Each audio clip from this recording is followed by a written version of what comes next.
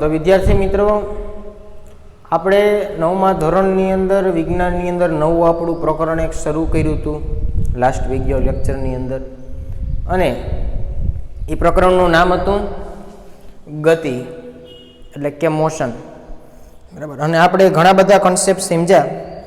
એમાં ખાસ કરીને તમને યાદ કરાવું કે એક તો આપણે એ સમજ્યા કે ગતિ એ કેવો ખ્યાલ છે, સાપેક્ષ ખ્યાલ છે. બસવાળું ઉદાહરણ લઈને આપણે સમજ્યા. ક્લાસરૂમની દિવાલ તમે પૃથ્વીની બહાર હોય તો તમને ગતિમાં લાગે, અહીંયા ક્લાસરૂમમાં બેઠા હોય તો તમને સ્થિર લાગે.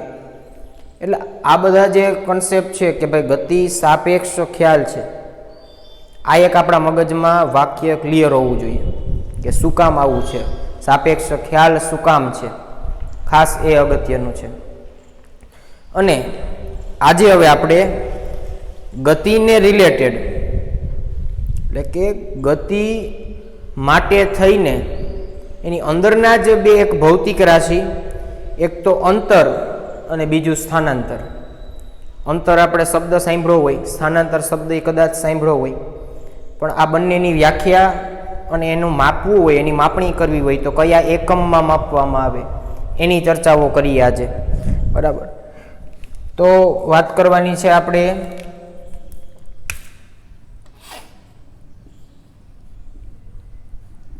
અંતર અને સ્થાનાંતર.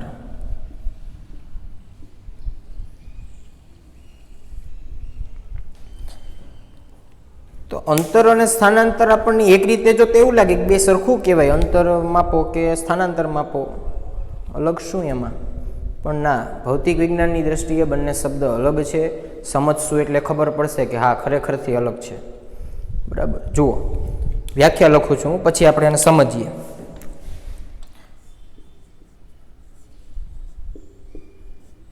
અંતર, અંતરનું બીજું નામ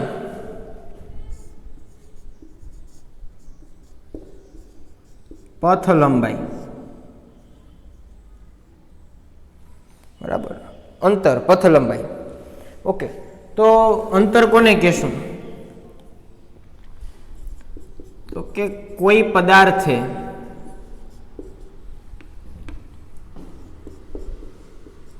ગતિ દરમિયાન, કોઈ પદાર્થે ગતિ દરમિયાન કાપેલ કુલ ગતિપથ ની લંબાઈને પથ લંબાઈ અથવા તો અંતર કહે છે. ગતિમાન પદાર્થે કાપેલ કુલ પથ ની લંબાઈ ને પથ લંબાઈ કહેવાય. બરાબર. આટલું મગજમાં ક્લિયર છે? ઓકે. હવે સ્થાનાંતર લખું છું, પછી બેની કમ્પેરિઝન કરીએ. બરાબર.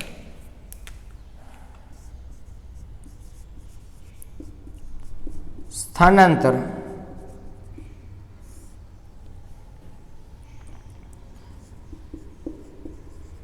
કોઈ પદાર્થ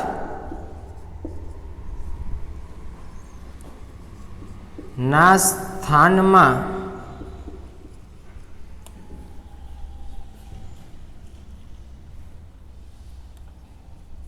થતા ફેરફારને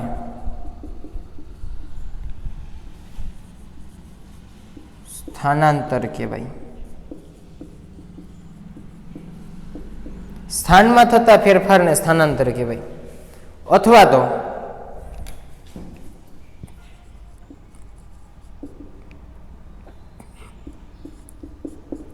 કોઈ પદાર્થના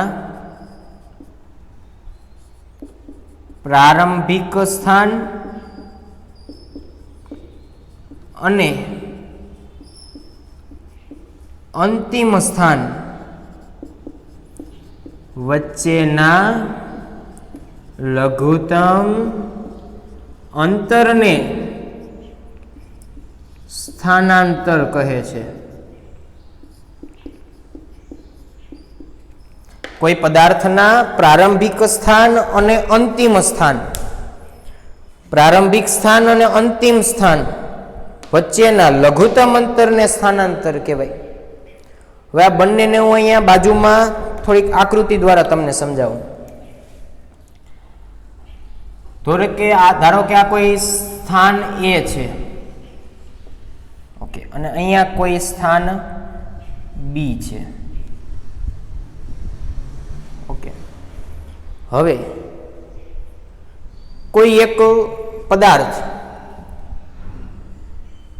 અહીંથી ગતિ કરવાનું શરૂ કરે છે, ગતિનો પ્રારંભ કરે છે, એટલે આને કહેવાય પ્રારંભિક સ્થાન. અને ગતિ કરીને ક્યાં સુધી આવશે? અહીંયા સુધી. અહીંયા ગતિનો અંત થશે એટલે એને કહેવાય અંતિમ સ્થાન. આ થઈ ગયું અંતિમ સ્થાન. હવે ધારો કે કોઈ પદાર્થ અહીંથી આવા કોઈ માર્ગ ઉપર, આવા કોઈ રસ્તા ઉપર ગતિ કરીને આવે છે.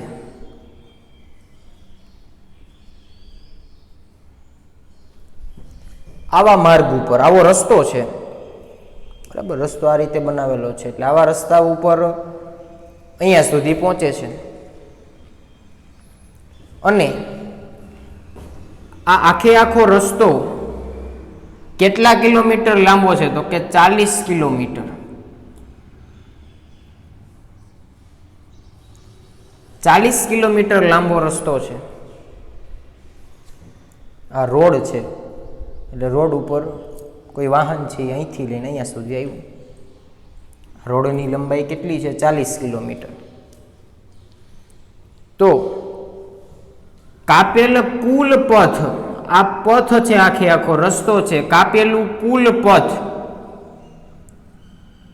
એને કહેવાય પથ લંબાઈ અથવા તો અંતર. એટલે જે પદાર્થ છે અહીંથી અહીંયા સુધી આવ્યો છે, તો એ પદાર્થે કાપેલું અંતર અથવા તો પથ લંબાઈ કેટલી છે? 40 કિલોમીટર. પરંતુ સ્થાનાંતરની વાત કરીએ તો સ્થાનાંતર એટલે સ્થાનમાં થતો ફેરફાર. આ સ્થાન અને આ સ્થાન, એને સ્થાન સાથે જ લેવા દેવા છે, રસ્તા સાથે કોઈ લેવા દેવા જ નથી. એટલા માટે બીજી વ્યાખ્યામાં આપણે કીધું ને કે કોઈ પદાર્થના પ્રારંભિક સ્થાન અને અંતિમ સ્થાન વચ્ચેનું લઘુત્તમ અંતર, એટલે આ પ્રારંભિક સ્થાન છે, સ્થાન એ પ્રારંભિક સ્થાન છે, અંતિમ સ્થાન છે, એ બંને વચ્ચેનું મારે લઘુત્તમ એટલે કે ઓછામાં ઓછું અંતર જોતું હોય તો એ બંનેને હું એક સ્કેલ રાખી અને જો આમ જોડી દઉં,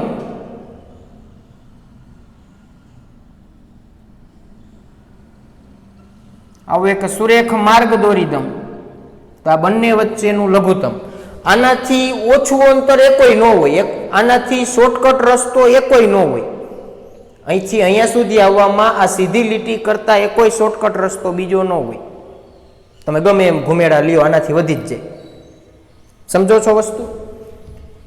એટલે કે પ્રારંભિક અને અંતિમ સ્થાન એ બંને વચ્ચેનું લઘુત્તમ અંતર એને કહેવાય સ્થાનાંતર. અને આ કેટલું છે છોકરાઓ? 25 કિલોમીટર.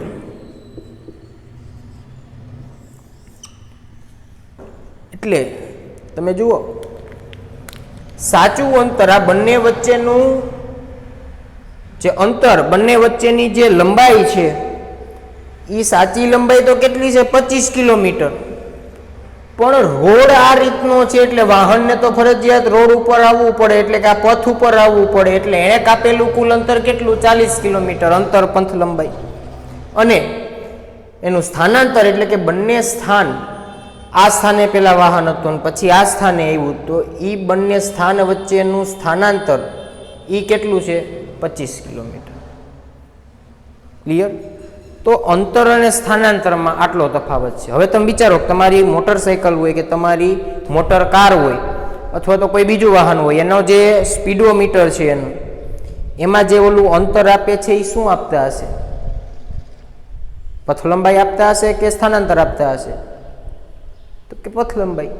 કે તમે બાય રોડ જાઓ છો એટલે જેટલું વાહન ચાલે એટલું એની અંદર આવે લખાઈને.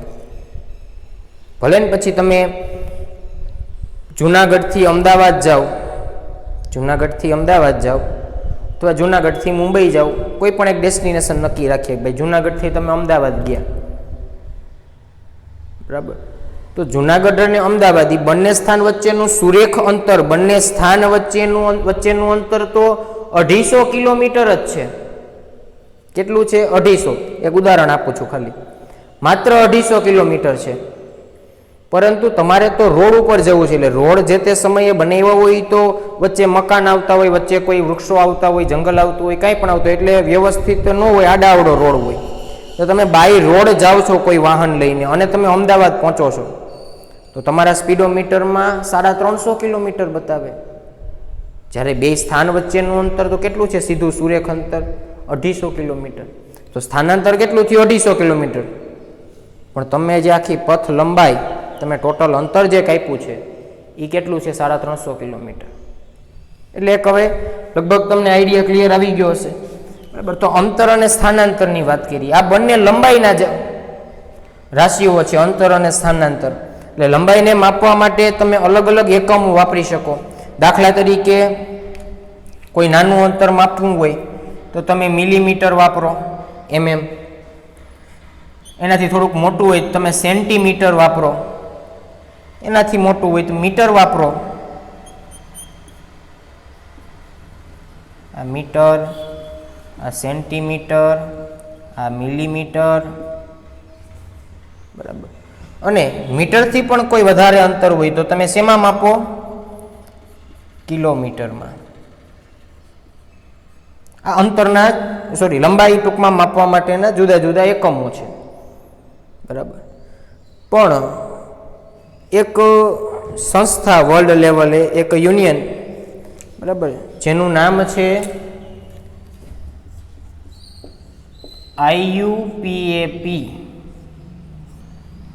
અને બીજી પણ IUPAC. આનું પૂરું નામ હું તમને કહું છું, international union of pure and applied physics.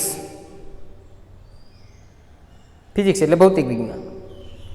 International union of pure and applied chemistry એટલે કે રસાયણ વિજ્ઞાન. આ ભૌતિક વિજ્ઞાન અને રસાયણ વિજ્ઞાન માટેની એક વર્લ્ડ લેવલની આખી સંસ્થા છે, એક સંગઠન છે કે જેણે એકમો માટેની પદ્ધતિઓ આપી છે આપણી સરળતા માટે. કારણ કે તમે ભારતની અંદર કોઈકને એમ કહો કે 1 કિલો મને ખાંડ આપો, તો કંઈક માપવું હોય એટલે તમને 1 કિલો ખાંડ આપે. પાછું તમે અમેરિકામાં જઈને એમ કહો કે મને 1 કિલો ખાંડ દો, ન્યાય લોકોને કિલોમાં ખબર ન પડતી હોય તો, અથવા તો એ લોકો કિલ્લાની અંદર આપણે 2 કિલામાં આવતું હોય એટલું 1 કિલામાં આપતા હોય. તો આવું એક અનિયમિતતા આવી સર્જાય, એટલે એને કારણે આવું ન બને એટલા માટે એણે કીધું છે કે ભાઈ એક જ એકમ બધી જ જગ્યાએ લાગવું પડે સમગ્ર વિશ્વમાં.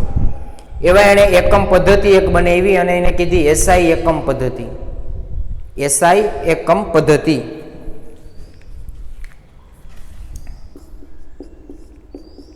SI એકમ પદ્ધતિ જેમાં બધી જ રાશિઓના એક એક એકમ, જેને SI એકમ કીધો છે કે તમે ગમે ત્યાં જઈને માગો, બીજા એકમોમાં ફેરફાર થઈ શકે પણ આમાં ન થાય, બરાબર? 1 મીટર કદાચ આઈ થિંક આટલું થતું હોય તો તમે 1 મીટરનો સળિયો ભારતમાં લ્યો, ચીનમાં લ્યો, અમેરિકામાં લ્યો, ગમે ત્યાં જઈને તમે એની ખરીદી કરો 1 મીટરના સળિયાની, તો એ બધાનું માપ સરખું હોય, બરાબર? એટલે હું તમને કહું છું અહીંયા કે લંબાઈ માટે આ બંને એક જાતની લંબાઈ જ છે. તો લંબાઈ માટેનો SI એકમ, લંબાઈ માટેનો SI એકમ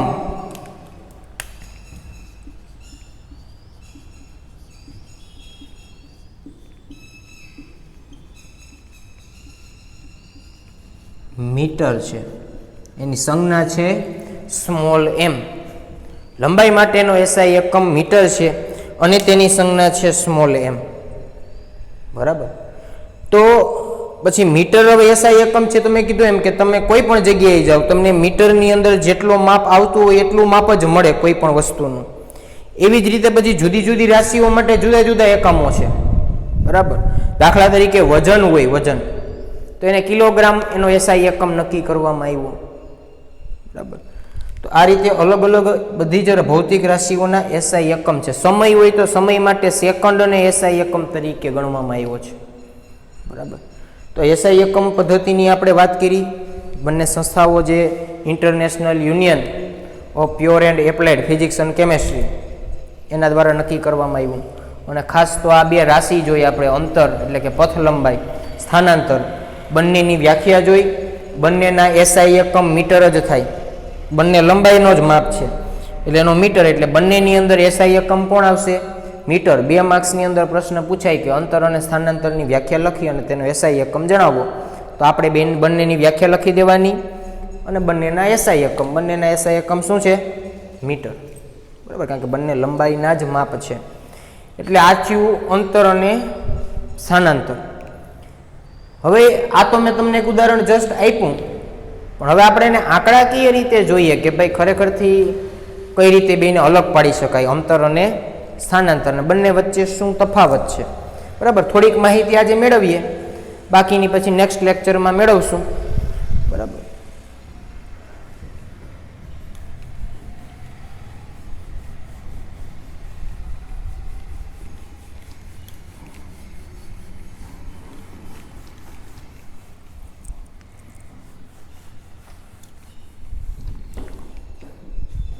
હું એક અહીંયા અક્ષ દોરું છું, તમારે એને રસ્તો સમજવાનો છે, બરાબર.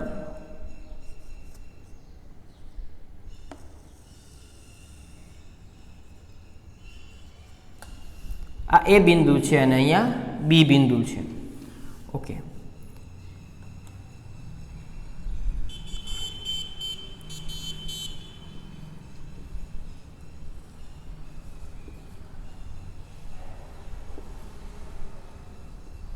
આ રીતના માપ છે.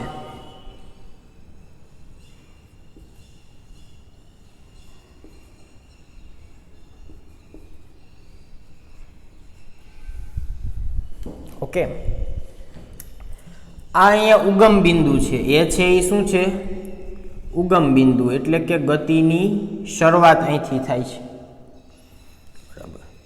અને આ બધા જ જે માપ લખ્યા છે ને છોકરાઓ, એ બધા જ માપ મેં લખ્યા છે કિમી એટલે કે કિલોમીટરમાં, બરાબર. અહીંયા હવે ચોક્કસ હું બિંદુઓના નામ આપી દઈશ. દાખલા તરીકે અહીંયા હું નામ આપું છું સી, અહીંયા ક્યાંક નામ આપું ડી અને અહીંયા ક્યાંક નામ આપું ઈ, બરાબર. હવે હું એક ગતિ, એક ટ્રીપ નક્કી કરું છું, બરાબર, કે ક્યાંથી ક્યાં જવાનું એક ટ્રીપ નક્કી કરું છું.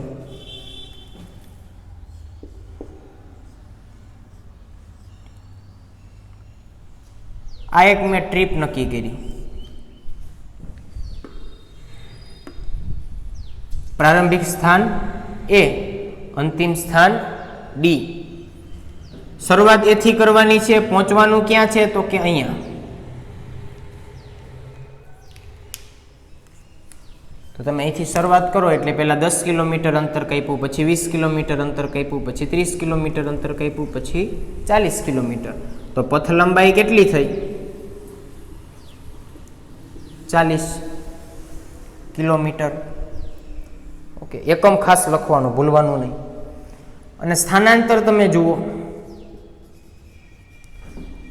ડી અને એ વચ્ચેનું સ્થાનાંતર કેટલું છે? તો કે 40 જ. હવે તમે વિચારો કે દર વખતે એવું ન હોય કે અંતર ને સ્થાનાંતર અલગ અલગ હોય, સરખાઈ હોઈ શકે. જો અહીં સરખા છે આ ટ્રીપની અંદર. નવી એક ટ્રીપ ગોઠવીએ. કોઈ પદાર્થ એથી શરૂ કરી ડી ઉપર જાય છે, ત્યારબાદ ઈ ઉપર આવે છે અને ત્યારબાદ સી ઉપર આવે છે.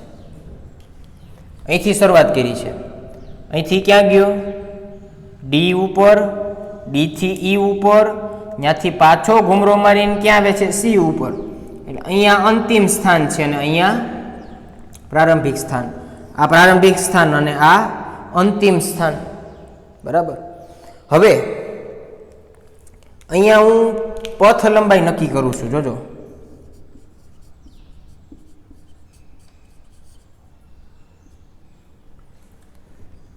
એ થી ડી, ડી થી ઈ અને ઈ થી સી. એ થી ડી અને ડી થી ઈ એટલે આ કેટલું થયું? 60. બરાબર. અહીં સુધીમાં પહોંચવામાં કેટલું થયું? 60 પ્લસ પાછું ઈ થી ક્યાં ગયું? સી ઉપર. એટલે ઈ થી અહીંયા સી ઉપર એટલે 10, 10, 20, 10, 30 અને 10, 40 પ્લસ 40 તો કુલ કેટલું? તો કે 100 કિલોમીટર જેટલી પથ લંબાઈ થઈ. જ્યારે સ્થાનાંતર કેટલું થયું?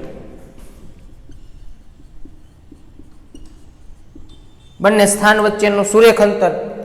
બરાબર. તો પ્રારંભિક સ્થાન કોણ છે? એ. અંતિમ સ્થાન કોણ છે? તો કે સી. આ બંને વચ્ચેનું અંતર એને સ્થાનાંતર કહેવાય. કેટલું છે? 20. એટલે સ્થાનાંતર 20 મળ્યું. જ્યારે આપણને પથ લંબાઈ કેટલી મળી? 100 મળી. આઈડિયા ક્લિયર થયો? એટલે આ રીતે આપણે હવે ગમે તેની અંતર ગમે તેનું સ્થાનાંતર આપણે મેળવી શકીએ. બરાબર. તો અહીંયા કિલોમીટરમાં માપ આપ્યા હતા અને આપણે આ જોયું. હજી આવું થોડુંક ગણતરીવાળું અને આવી ટ્રીપ 2-3 ગોઠવી અને વ્યવસ્થિત જોશું કે ભાઈ ખરેખરથી સ્થાનાંતર અને અંતર વચ્ચે તફાવત કયા કયા પ્રકારનો છે. બરાબર. પણ આજે આટલું જુઓ. નેક્સ્ટ વિડીયો લેક્ચરની અંદર આપણે આગળ વધશું.